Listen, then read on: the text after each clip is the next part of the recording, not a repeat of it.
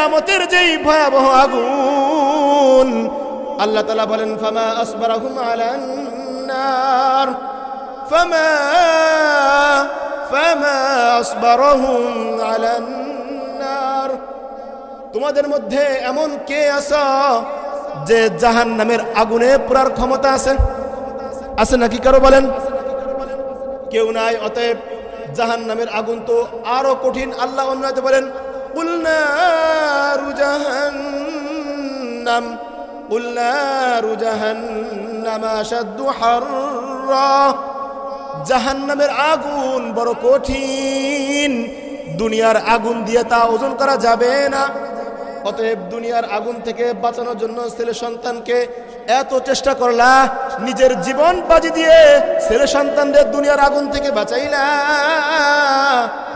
কিন্তু পরকালীন আগুন থেকে কেন বাঁচাইলা না?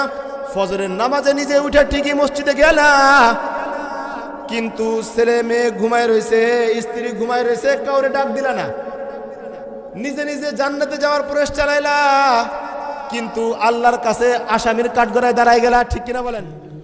আলহামদুলিল্লাহ, মহান রব্বুল আলামিনের দরবারে লাখো কোটি শুকুর সুজুদ, যেই মালিক আপনাকে আমাকে ঐতিহাসিক গাজীর ভূঁইয়ের 3 দিনব্যাপী বাৎসরিক ওয়াজ মাহফিলের তৃতীয় দিনে এক অধিবেশনে আপনাকে আমাকে কোরআনের মজলিসে বসার সুযোগ করে দিয়েছেন।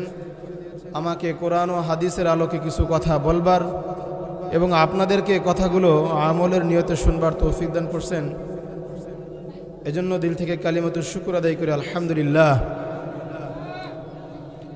আল্লাহ সুবহানাহু ওয়া তাআলা পৃথিবীতে আমাদেরকে পাঠানোর মাধ্যমে অনেক জিনিস সৃষ্টি করেছেন যেগুলো আমাদের উপকারে আসে, অর্থাৎ আমাদের কল্যাণের জন্য আল্লাহ সুবহানাহু ওয়া তাআলা অনেক জিনিস সৃষ্টি করছেন। করেন নাই? অনেক জিনিস, অনেক নিয়ামত আল্লাহ তাআলা সৃষ্টি করছেন। এর মধ্যে অন্যতম এক নিয়ামত হলো ছেলে সন্তান। ঠিক কিনা? আল্লাহ সুবহানাহু ওয়া তাআলা ছেলে সন্তান দান করছেন। এই ছেলে সন্তান লালন পালনের কিছু শরীয়তি বিধান আছে।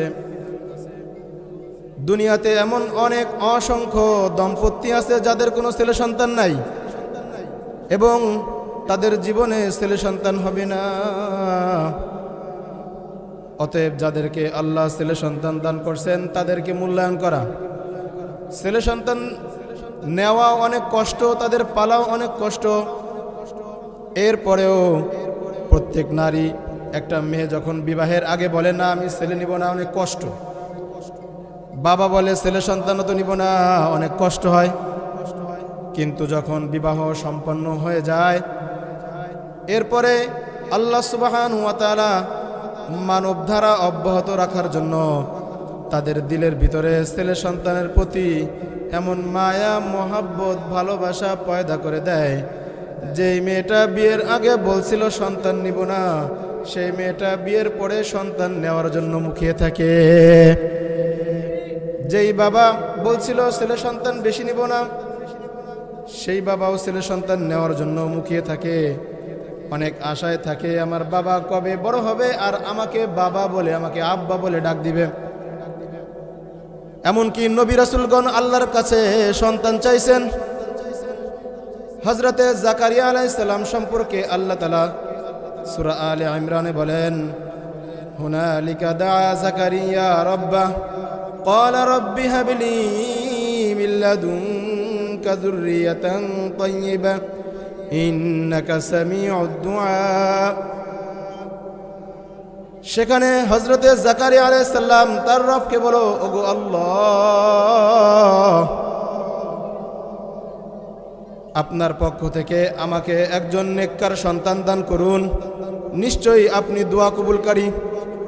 হযরতে ইব্রাহিম আলাইহিস সালামের আল্লাহর কর্তৃক আল্লাহর কাছে দোয়া চাওয়ার ব্যাপারটা আল্লাহ কোরআনে রেকর্ড করে দিয়ে বলেন, ইব্রাহিম আলাইহিস সালাম দোয়া করলেন, ওগো আল্লাহ, রব্বি হাবিলি মিনাস সালিহিন, আমাকে নেককার সন্তান দেন। কি সন্তান দেন? আল্লাহর কাছে সন্তান চাইতে হয়। শুধু বিবাহ করলাম সন্তান নিলাম এমনটা না। আল্লাহর কাছে সন্তান চাইতে হয়, আল্লাহ দোয়া শিখিয়ে দিয়েছেন। কারণ এমন অনেক সন্তান আছে যারা মা বাবার কথা শুনে না, মাতা পিতাকে কষ্ট দেয়, মারে জবাই করে, আগুনে পোড়ালে, আছে না নাই? অতএব আল্লাহ তাআলা দোয়া শিখিয়ে দিয়েছেন, দোয়া করো এইভাবে, রব্বানা হাব লানা মিন আজওয়াজিনা ওয়া যুররিয়াতিনা কুররাতা আয়ুনিন ওয়াজআলনা লিল মুত্তাকিনা ইমামা। ওগো আল্লাহ, আপনি আমাকে এমন স্ত্রী দান করেন, এমন সন্তান দান করেন যাদেরকে দেখলে আমার চক্ষু শীতল হয়, বলেন না সুবহানাল্লাহ। অতএব ছেলে সন্তান আল্লাহর কাছে চাওয়ার দরকার আছে না নাই? এটা কোরআন ও হাদিস দ্বারা প্রমাণিত। ছেলে সন্তান নিয়ামত। এই ছেলে সন্তানের ব্যাপারে আল্লাহ সুবহানাহু ওয়া তাআলা অন্য আয়াতে বলছেন, এই ছেলে সন্তান হলো ফিতনা। এই ছেলে সন্তান কি? আল্লাহ তাআলা বলেন, ইন্নামা আমওয়ালুকুম ওয়া আওলাদুকুম ফিতনা। নিশ্চয়ই তোমাদের ধন সম্পদ ও ছেলে সন্তান এরা হলো ফিতনা। তো ছেলে সন্তান ফিতনা, এই ফিতনা আবার আমরা কেন আল্লাহর কাছে চাবো? প্রশ্ন ওঠে না? আল্লাহ কোরআনে বললেন ছেলে সন্তান ফিতনা, ধন সম্পদ ফিতনা, এই ফিতনা আবার আমরা আল্লাহর কাছে কেন চাইব? বলে যে ছেলে সন্তান সব সময় ফিতনা না। এই ছেলে সন্তানকে যখন দ্বীনি শিক্ষা, দ্বীনি ও নৈতিক শিক্ষা দিতে পারবো, তখন এই ছেলে হবে, এই সন্তান হবে আল্লাহর পক্ষ থেকে নিয়ামত। কি হবে বলেন? যখন ছেলে সন্তানদেরকে দ্বীনি শিক্ষা দিতে পারবো, তখন ওই সন্তান হবে আল্লাহর পক্ষ থেকে নিয়ামত। যদি দ্বীনি শিক্ষা না দিতে পারি, কোনো রকম পড়ালেখা করাইলাম, ছেড়ে দিলাম, চাকরি করলো, তাহলে সেই ক্ষেত্রে ছেলে সন্তান নিয়ামত হবে না। ছেলে সন্তান যেহেতু নিয়ামত না, এই আয়াতে আল্লাহ বলছেন, কত সুবিধাবাদী লোক বলে একটা হলে ভালো হয়, দুইটা হলে আর নাই, বলে না? বলছেন এরকম, একটা হলে ভালো হয়, দুইটা হলে আর নয়। এই কথাগুলো তারাই বলে যারা নিজেদের যৌবনকালে যৌবনকে নষ্ট করছে, যৌবন নষ্ট করছে, বিয়ে করার পরে আর ক্ষমতা নাই, এই জন্য বলে একটা হলে ভালো হয়, দুইটা হলে আর নয়। এই কথা কোরআন ও হাদিসের সাথে সাংঘর্ষিক। কি বলেন? তারা বলে ছেলে সন্তান ফিতনা, তোমরা জানো না আল্লাহ কোরআনে বলছে, কিন্তু তারা এই কথা বলে না ছেলে সন্তান ফিতনার আগে যে আল্লাহ বলছেন তোমাদের ধন সম্পদ ফিতনা, এই কথাটা বলে না। বলে এই কথাটা বলে না। যারা বলে তাদেরকে যদি বলা হয়, আচ্ছা ঠিক আছে, আল্লাহ তো কোরআনে বলছেন ছেলে সন্তান ফিতনা, ছেলে সন্তানের আগে তো আল্লাহ ধন সম্পদের ফিতনার কথা বলছেন, তাহলে তোমার ব্যাংক অ্যাকাউন্টটা দিয়ে দাও তোমার ইমাম সাহেবরে। দিবে? দিয়ে দাও আমাকে, দিবে? দিবে না। তখন ওই টাকা সম্পদ, টাকা এটা কিনা ফিতনা না, ছেলে সন্তান ফিতনা। অতএব একজন ছেলে সন্তান তখনই নেককার হবে, তখনই নিয়ামত হবে, যখন ওই সন্তানকে আমি দ্বীনি ও নৈতিক শিক্ষায় শিক্ষিত করব। আল্লাহ সুবহানাহু ওয়া তাআলা বলেন, ইয়া আইয়ুহাল্লাযীনা আমানু কু আনফুসাকুম ওয়া আহলিকুম নারা ওয়াকুদুহা আন-নাস ওয়াল হিজারাতু আলাইহা মালাইকা ওয়াকুদুহা আন-নাস ওয়াল হিজারাতু আলাইহা মালাইকাতুন গিলাযুন শিদাদ। আয়াতের তরজমা বলার আগে বলে নেই, আল্লাহ তাআলা কত মায়া করে ডাক দিবেন, ইয়া আইয়ুহাল্লাযীনা আমানু। আল্লাহ বলছেন হে ঈমানদারেরা। এটা কত মায়াবী সম্বোধন, কত সুন্দর সম্বোধন করে আল্লাহ আপনাকে আমাকে সম্বোধন করছেন। এটা বোঝার জন্য একটা উদাহরণ বলি। একজন বাবা তার ছেলের ডাক দেয়, এ আব্দুল্লাহ দিকায়, এ আব্দুল্লাহ দিকায়। একবার ডাক দিল এরকম, আবার বলল আব্বু এদিকে আসো। বলেন তো কোন ডাকের ভিতরে মায়া আছে? বলেন, বলেন না? বাবা আব্বু এদিকে আসো, ঠিক কিনা? এটার মধ্যে যেরকম মায়া, এটা তো একটা উদাহরণ দিলাম। এর থেকে আরো হাজার হাজার কোটি কোটি গুণ বেশি মায়া নিয়ে আল্লাহ বলেন, ইয়া আইয়ুহাল্লাযীনা আমানু, হে ঈমানদারেরা, উ আনফুসাকুম ওয়া আহলিকুম নারা, তুমি নিজেকে আগুন থেকে বাঁচাও এবং তুমি তোমার পরিবার পরিজনদেরকে আগুন থেকে বাঁচাও। শুধু নিজে আমল করলাম, ব্যক্তিগত আমল নাজাতের জন্য যথেষ্ট না।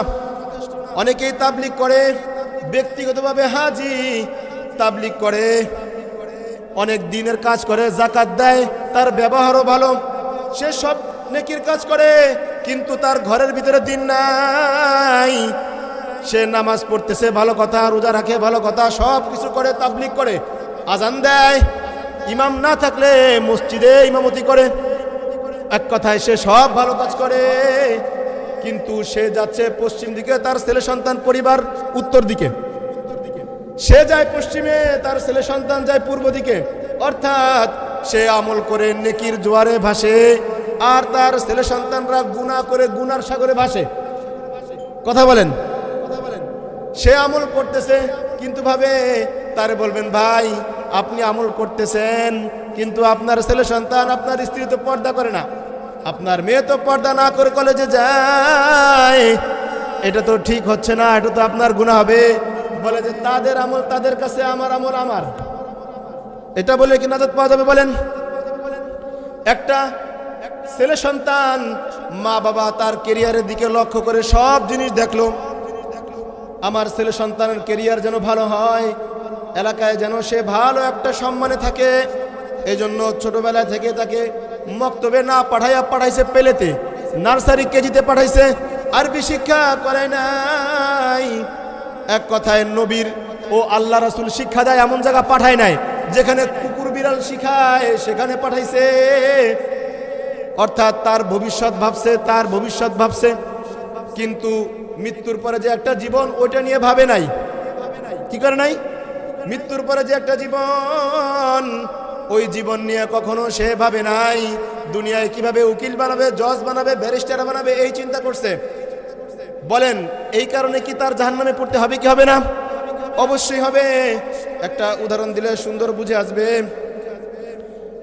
ধরুন আগুন লাগছে, একটু উদাহরণটা মনোযোগ দিয়ে শুনেন।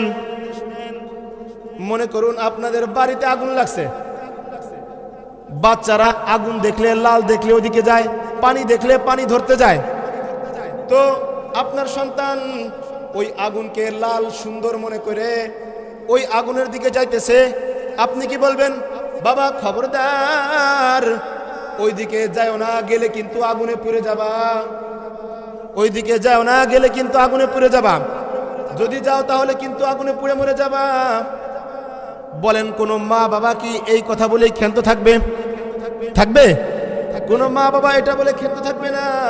এমনকি যদি বাচ্চা ওই দিকে যাওয়ার পরে আগুনে পুড়ে মরে যায়, এবং মানুষ যখন বলবে, এই তোমার ছেলে যে আগুনে পুড়ে মরলো, তুমি কোথায় ছিলা? তখন বলবে, আমি তো তারে বলছি খবরদার বাবা ওই দিকে যাও না, ওই দিকে যদি যাও তাহলে আগুনে পুড়ে মরে যাবা, ওই দিকে যাও না, এই কথা বলছিলাম, সে শুনে নাই, আমার কি দোষ? বলেন কোন মা বাবা এই কথা বলে কি দায় এড়াতে পারবে? কোন মা বাবা এই কথা বলে দায় এড়াতে পারবে না। অতএব আল্লাহ তাআলা যা বুঝাতে চান তা হলো, দুনিয়ার আগুনের ক্ষেত্রে একজন মা বাবা যতক্ষণ পর্যন্ত তার সন্তানকে কোলে না নিবে, যতক্ষণ পর্যন্ত নিরাপদ আশ্রয় স্থলে না নিবে, ততক্ষণ পর্যন্ত কোনো মা বাবা নিজের জায়গা থেকে স্থির থাকে না। দুনিয়ার আগুন থেকে বাঁচানোর জন্য যদি তুমি এত সতর্ক থাকো, তাহলে কিয়ামতের যেই ভয়াবহ আগুন, আল্লাহ তাআলা বলেন, ফামা আসবারাহুম আলান নার, ফামা আসবারাহুম আলান নার। তোমাদের মধ্যে এমন কে আছে যে জাহান্নামের আগুনে পুরার ক্ষমতা আছে নাকি কারো? বলেন কেউ নাই। অতএব জাহান্নামের আগুন তো আরো কঠিন। আল্লাহ অন্যতে বলেন, কুল নারু জাহান্নাম আশাদ্দু হাররা। জাহান্নামের আগুন বড় কঠিন, দুনিয়ার আগুন দিয়ে তা ওজন করা যাবে না। অতএব দুনিয়ার আগুন থেকে বাঁচানোর জন্য ছেলে সন্তানকে এত চেষ্টা করলা, নিজের জীবন বাজি দিয়ে ছেলে সন্তানদের দুনিয়ার আগুন থেকে বাঁচাইলা, কিন্তু পরকালীন আগুন থেকে কেন বাঁচাইলা না? ফজরের নামাজে নিজে উঠে ঠিকই মসজিদে গেলা, কিন্তু ছেলে মেয়ে ঘুমায় রয়েছে, স্ত্রী ঘুমায় রয়েছে, কাউরে ডাক দিলা না। নিজে নিজে জান্নাতে যাওয়ার প্রয়াস চালাইলা, কিন্তু আল্লাহর কাছে আসামির কাঠগড়ায় দাঁড়ায় গেলা। ঠিক কিনা বলেন? অতএব ব্যক্তিগত আমল এটা নাজাতে যাওয়ার জন্য কিনা যথেষ্ট না। একজন মানুষ, তাকে বলবেন ভাই এই অবস্থা কেন, আপনি একটু বলতে পারেন না? আপনি একটু বুঝান, ছেলে সন্তানদেরকে একটু বুঝান, একটু দাওয়াত দেন ছেলে সন্তানকে, তখন সে বুঝবে। ভাই বা হুজুর কি বুঝাবো, যুগের প্রভাবে প্রভাবিত হয়ে ওই দিকেই যাচ্ছে। কি বুঝাবো, যুগের প্রভাবে প্রভাবিত হয়ে কি করছে, ওই দিকেই যাচ্ছে। সে কিন্তু নামাজি, দিনদার, মুত্তাকি, পরহেজগার, কিন্তু ছেলে সন্তানের প্রতি, স্ত্রীর প্রতি কোনো লক্ষ্য নাই। আপনি তাকায় দেখেন, এখানে অনেক মানুষ আছে যারা নিজেরা নামাজ পড়ে, কিন্তু ছেলে সন্তান নামাজ পড়ে না, নিজের পর্দা করে, নিজের চোখের হেফাজত করে। একটু সময় দেবেন, নিজের ছেলে সন্তানদেরকে নামাজের কথা বলে না, নিজের স্ত্রীকে পর্দায় রাখে না, নিজের মেয়েকে পর্দার কথা বলে না, নিজে তাবলিগে যায়, সব ভালো কাজ করে, কিন্তু ঘরের ভিতরে দিন নাই। বুঝাবেন ভাই এটা কি অবস্থা, তখন সে বলবে আমি তো বুঝাইছি, তারা বুঝে না। সব কিছু ঠিক আছে, সে একজন হাজি মানুষ, ভালো একটা চেয়ার না দিলে সে রাগ হয়ে যায়। আছে না এমন অনেক, ভালো একটা চেয়ার না দিলে সে রাগ হয়ে যায়। এক কথায় সে নিজেকে অনেক এলাকায় সম্মানী মনে করে। সে হাজি, সে তাবলিগ করে, সে আলেম, সে মুফতি, সে সব দিক দিয়ে ভালো, সে নিজেকে ভালো মনে করতেছে। ছেলে সন্তানের ক্ষেত্রে যদি বলা হয় কি অবস্থা, বলে যে সব কিছুই ঠিক আছে, শুধু একটু বেদিন হয়েছে, একটু নামাজটা পড়ে না, এই একটু সমস্যা। সব কিছুই ঠিক আছে, শুধু একটু কি পড়ে না, নামাজটা পড়ে না। এটার একটা সুন্দর উদাহরণ মুফতি শফি রহমতুল্লাহ আলাইহি বলেন, একজনের ছেলে মারা গেছে, কি গেছে, একজনের সন্তান মারা গেছে। সে ডাক্তার আনছে, সে জানে না যে তার ছেলে মারা গেছে। সে ডাক্তার আনছে, ডাক্তাররা বলে ডাক্তার দেখেন তো সন্তানের কি অবস্থা, ওদিকে নড়েও না চড়েও না, কোনো নড়াচড়া নাই, শুয়ে রয়েছে, দেখেন তো কোন সমস্যা। ডাক্তার দেখার পরে বলে যে রোগীর তো কোনো সমস্যা নাই, না পেট ব্যথা আছে, না মাথা ব্যথা, না কিডনির কোনো সমস্যা, কোনো সমস্যা নাই, শুধুমাত্র ভিতর থেকে প্রাণটা বেরিয়ে গেছে। কি নাই, মানে ভিতর থেকে কি বেরিয়ে গেছে, প্রাণ বেরিয়ে গেছে। তাই কোনো সমস্যা থাকুক আর না থাকুক, এটা দিয়ে কোনো যায় আসে। অর্থাৎ আমাদের উদাহরণটা এরকম, হুজুর সবকিছুই ঠিক আছে, কিন্তু ছেলেটা বেদিন, নামাজ পড়ে না। কি পড়ে না, শুধু নামাজ পড়ে না, আর সব কিছু ঠিক আছে। ঠিক আমাদের, আমরা যারা এখানে আসছি দিন শিখার জন্য আসছি, অনেক কষ্ট করতেছি। আল্লাহ আপনাদের কবুল করুক, আল্লাহ আপনাদের কবুল করুক, আল্লাহ আপনাদের এই মেহনত কবুল করুক। যে সকল উলামায়ে কেরাম তাদের জান মাল দিয়ে এখানে শ্রম দিচ্ছেন, তাদের ব্যক্তিগত কাজ কাম ছেড়ে এখানে শ্রম দিচ্ছেন, আল্লাহ তাদেরকেও কবুল করুক, তাদের ছেলে সন্তানদেরকে কবুল করুক।